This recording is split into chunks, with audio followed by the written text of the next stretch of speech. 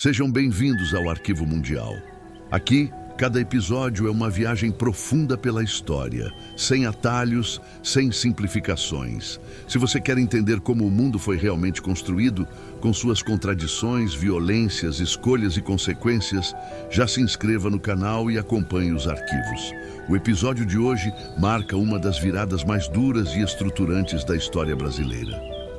Um processo que não começou de um dia para o outro, mas que, uma vez iniciado, moldaria séculos de economia, sociedade, poder e desigualdade.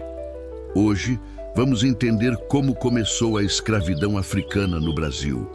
Quando os portugueses chegaram ao território que mais tarde se tornaria o Brasil, a ideia de escravizar africanos aqui não existia como projeto imediato. Nos primeiros anos da presença europeia, a exploração se baseava principalmente na extração de recursos naturais, no escambo com povos indígenas e, em muitos casos, na tentativa de submeter essas populações locais ao trabalho forçado. Mas esse modelo apresentava limites claros.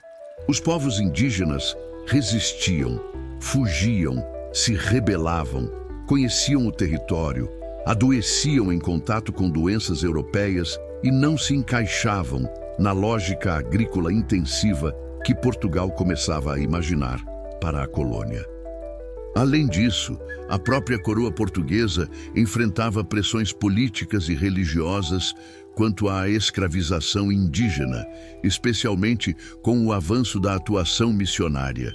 Ao mesmo tempo, Portugal já possuía uma longa experiência com a escravidão africana em outras partes do seu império.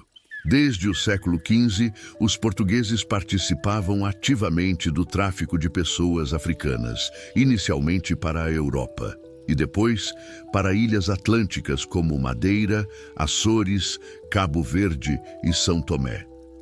Nessas regiões, o modelo de grandes propriedades agrícolas, movidas por trabalho escravizado, já estava em funcionamento. Foi essa experiência prévia que começou a ser transplantada para o Brasil. A decisão de recorrer à mão de obra africana não foi apenas econômica, foi estratégica. Portugal precisava transformar o território brasileiro em uma colônia produtiva, lucrativa e defensável. Isso exigia estabilidade no trabalho, produção contínua e controle social. O africano escravizado passou a ser visto como a solução para esse problema. O tráfico negreiro, nesse contexto, não surgiu como consequência inevitável, mas como escolha política e econômica. Navios começaram a sair da costa africana em direção ao Brasil, trazendo homens, mulheres e crianças arrancados de suas terras, culturas e famílias. Eles não vinham de um único lugar. Eram povos diversos, com línguas, crenças, estruturas sociais e histórias próprias. O sistema colonial, porém, os reduzia a uma única condição: mercadoria. O início desse processo foi gradual, mas rápido. À medida que as primeiras experiências com africanos escravizados mostraram-se mais eficientes aos olhos dos colonizadores, o número de desembarques aumentou. Portos começaram a se estruturar para receber essas pessoas. Comerciantes enriqueceram. Funcionários coloniais passaram a lucrar com taxas, registros e permissões.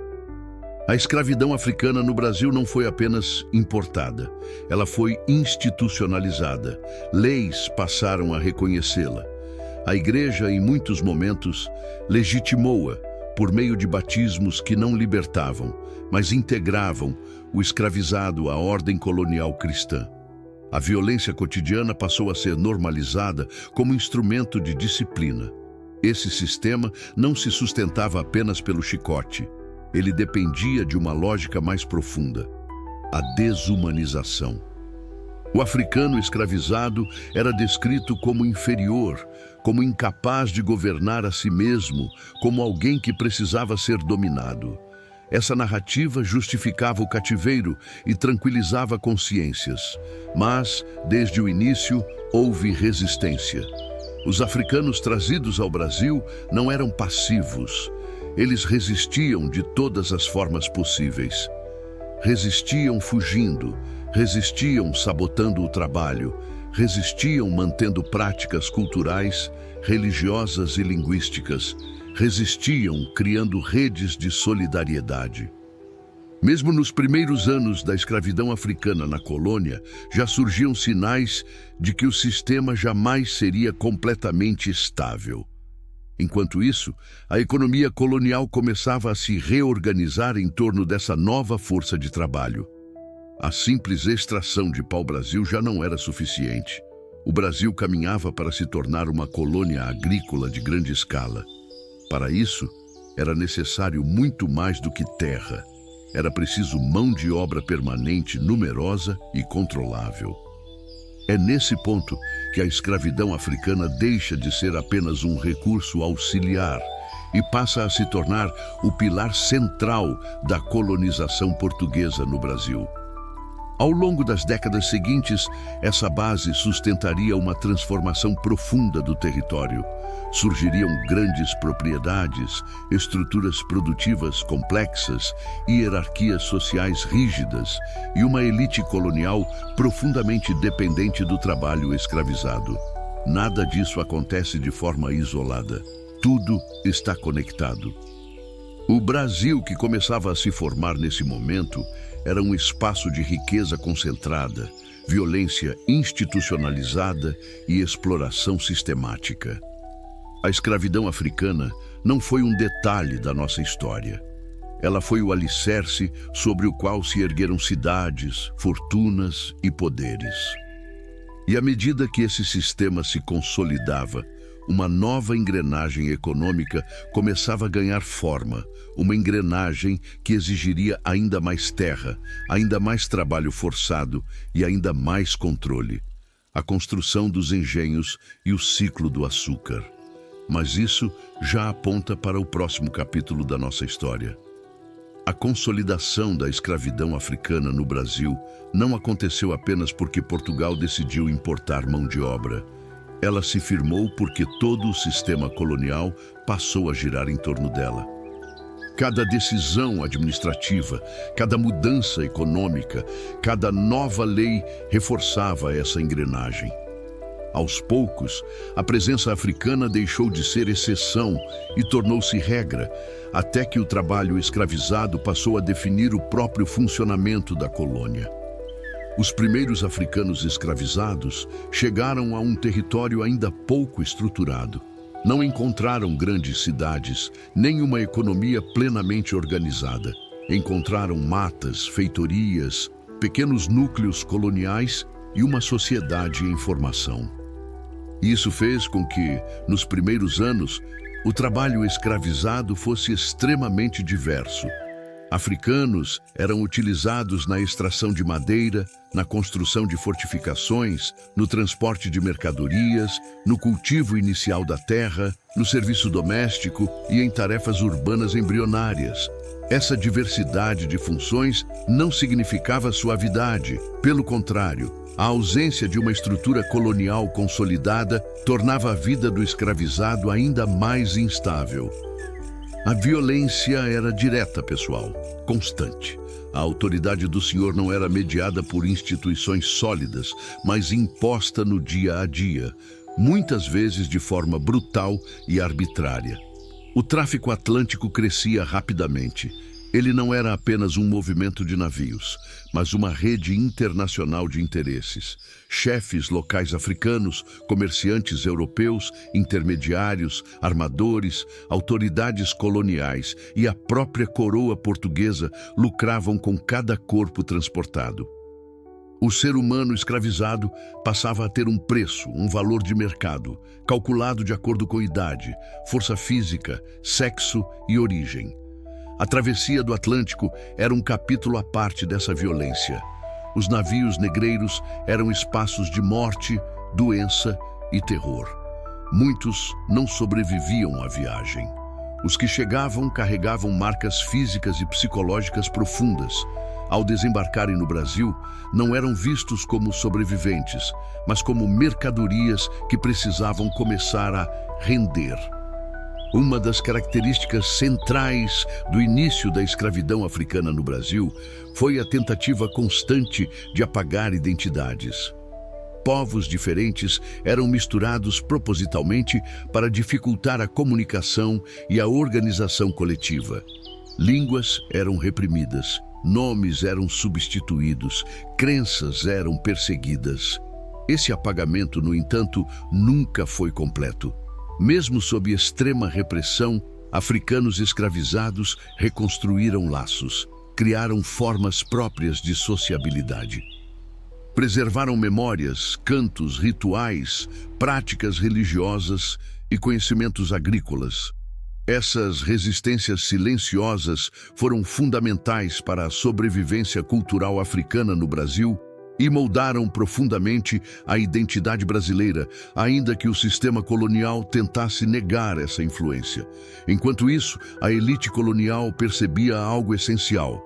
A escravidão africana não era apenas uma solução temporária, ela era altamente lucrativa. A produção aumentava, os custos eram controlados pela violência e o comércio externo se tornava mais previsível. Esse sucesso econômico reforçou a dependência do sistema. A coroa portuguesa, atenta a isso, começou a regulamentar com mais rigor o tráfico e a posse de escravizados. Não para proteger os cativos, mas para garantir a arrecadação, controle e estabilidade. O escravizado passou a ser parte formal da estrutura legal da colônia. Ele era propriedade reconhecida pelo Estado. Esse reconhecimento jurídico teve consequências profundas.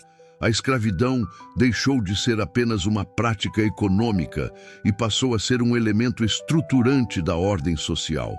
A cor da pele começou a se associar à condição social. A liberdade passou a ser privilégio. A violência passou a ser normalizada. Ao mesmo tempo, a escravidão africana ajudou a redefinir o espaço colonial. A necessidade de produção em larga escala incentivou a ocupação de terras férteis, especialmente no litoral. Grandes extensões começaram a ser distribuídas a poucos proprietários. A pequena produção foi sendo empurrada para a margem. O Brasil começava a se desenhar como uma sociedade profundamente desigual. Esse modelo também agravou conflitos. Povos indígenas passaram a ser ainda mais expulsos de suas terras para dar lugar às áreas produtivas. Muitos foram mortos, outros escravizados ilegalmente, outros empurrados para o interior. A violência colonial se expandia em várias direções ao mesmo tempo. Para os africanos escravizados, o cotidiano era marcado por jornadas exaustivas, punições físicas, vigilância constante e ausência total de direitos. Mas também era marcado por estratégias de sobrevivência. Alguns conseguiam negociar pequenas concessões. Outros fugiam e formavam comunidades autônomas. Outros resistiam dentro do próprio sistema, acumulando saberes e redes que seriam fundamentais no futuro. O início da escravidão africana no Brasil, portanto, não foi apenas o começo de um regime de trabalho. Foi o nascimento de uma sociedade organizada em torno da exploração extrema. Uma sociedade em que riqueza e violência caminhavam juntas. Uma sociedade que aprenderia a crescer economicamente enquanto destruía vidas humanas. Esse sistema ainda estava em consolidação. Ele precisava de infraestrutura, precisava de organização produtiva. Precisava transformar o trabalho escravizado em produção contínua e altamente lucrativa para o mercado europeu. E é exatamente nesse ponto que a história avança. A partir da segunda metade do século XVI, a escravidão africana deixaria de ser apenas um componente da colônia para se tornar o motor de uma das maiores engrenagens econômicas do mundo atlântico. Uma engrenagem feita de terra, fogo, madeira, ferro, açúcar e sangue. No próximo episódio, vamos entender como essa lógica se materializou de forma definitiva, com a construção dos engenhos e o início do ciclo do açúcar, o sistema que consolidou o Brasil como uma colônia escravista e exportadora. A história continua.